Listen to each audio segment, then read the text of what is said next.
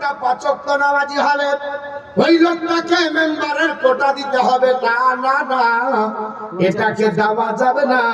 নেতা ওকে বানাও যার দ্বারাতে কাজ হবে। কারণ কাজ বলতে গেলে কি হবে বলে, পৃথিবীর জমিনে আপনার বলা হয়েছে সার্ভে করে দেখতে হবে। বাড়ি এসেছে, সার্ভে চলছে, বলে বাড়ি এবার দেওয়া হবে, ভালো করে সার্ভে হবে।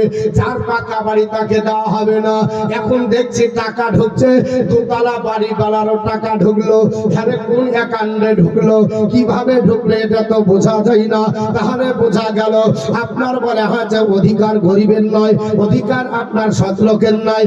অধিকার যদি সৎ লোকের থাকতো তাহলে পৃথিবীর জমিনে ন্যায্য প্রাপ্য হলো একজন আপনার গরিব, আপনার বলা হয়েছে একজন অসহায়, একজন আপনার ফুটপাতের লোকের। কিন্তু দেখা যায় বাড়ি পাকা থাকলে বাহিরে একটা চাল তুলে দে, অন্তত যতদিন টাকা ঢোকেনি ততদিন ঢুকবে, আবার বাড়িতে ঢুকে পড়বো। টাকা ঢোকার জন্য বাড়ির বাইরে মুসলমান পৃথিবীর জমিনে আল্লাহর নবী যেহেতু আপনার এতিম বাচ্চা, আল্লাহর নবীর টাকা নাই, আল্লাহর নবীর পয়সা নাই, এতিমের কোলে লালন পালন হয়েছে।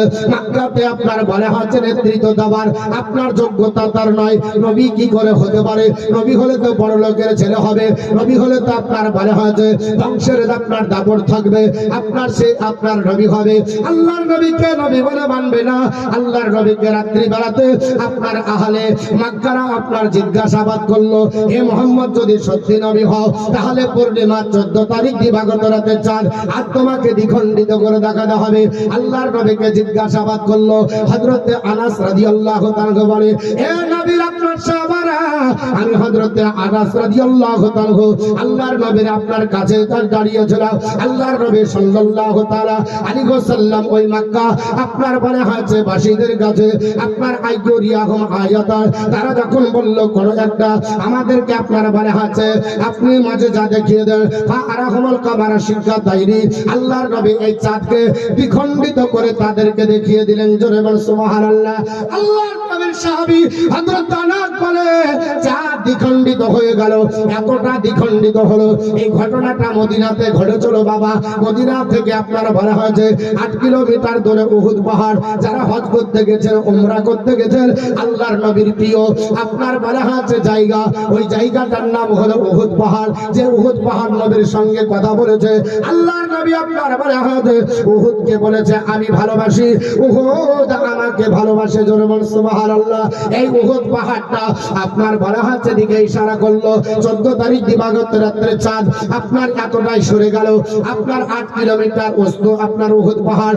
আল্লাহর নবীর সাহাবী আনাস বলে, হাত্তা রাআউ হিরাআন বাইনাহুমা, আপনার চাঁদ দুই ভাগে বিভক্ত হয়ে এতটা সরে গেল যে চাঁদের মিডিলে উহুদ পাহাড়কে আপনার দেখা যায়। জোরে বল সুবহানাল্লাহ। আরেকটু জোরে বলতে হবে আল্লাহর নবী বিশ্ব নবী। ভাই একটু ইকো দিতে আর বেশটা একটু কমাতে হবে। আল্লাহুম্মা সাল্লি আলা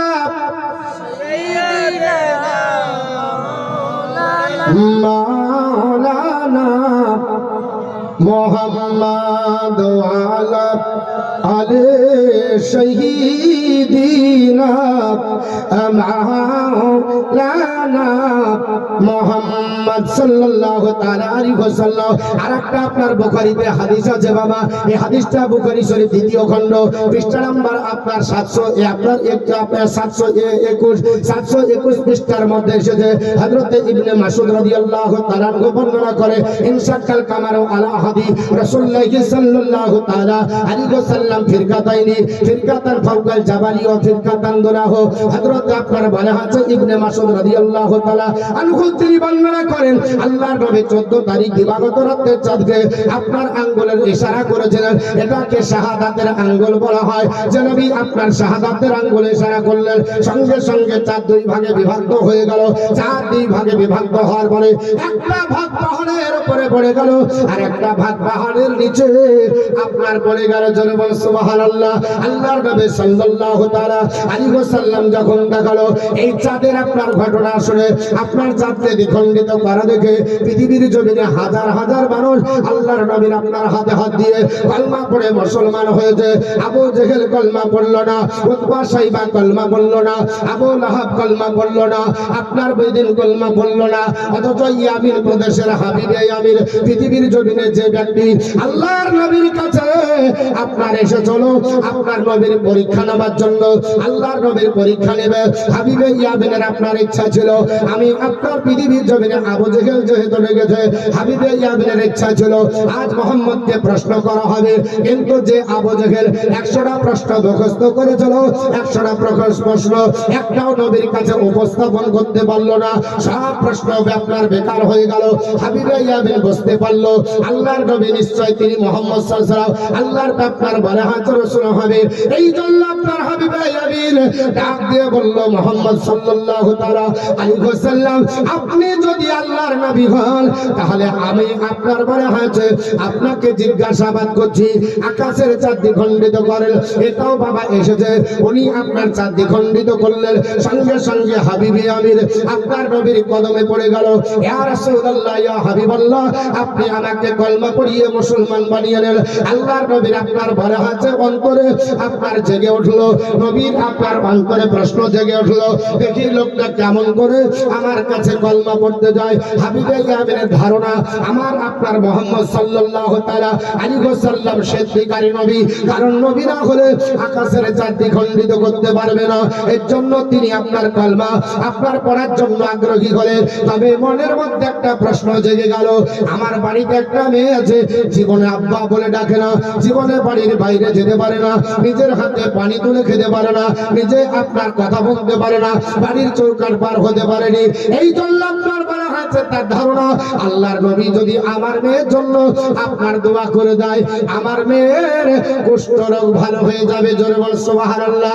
হাবিবে ইয়ামিনের মনের মধ্যে এই প্রশ্নটা জেগেছে। আল্লাহর নবী বলল হাবিবে ইয়ামিন তোমার আপনার কলমা পড়া হবে না, তোমাকে মুসলমান বানানো হবে না। ইয়া রাসূলুল্লাহ ইয়া হাবিবাল্লাহ কেন হবে না? আমার নবী ডাক দিয়ে বলল মনে বলে মেয়েকে ভালো করতে হবে আর জবান বলে কলমা পড়তে হবে। আল্লাহর নবীকে ডাক দিয়ে বলে ইয়া রাসূলুল্লাহ যে নবী আপনার বলা আছে কদম বসির স্পর্শ করার পরে ইয়া রাসূলুল্লাহ বাড়ির খবর দিতে পারে ওগো নবীজি আমার মেয়ে কি অবস্থায় যদি বলতে পারেন তাহলে আমার মেয়েকে আপনাকে ভালো করতে হবে।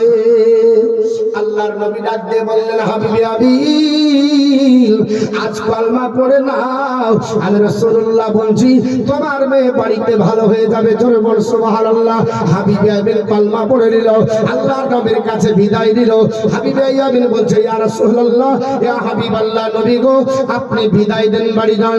হাবিবে ইয়ামিন বলছে হ্যাঁ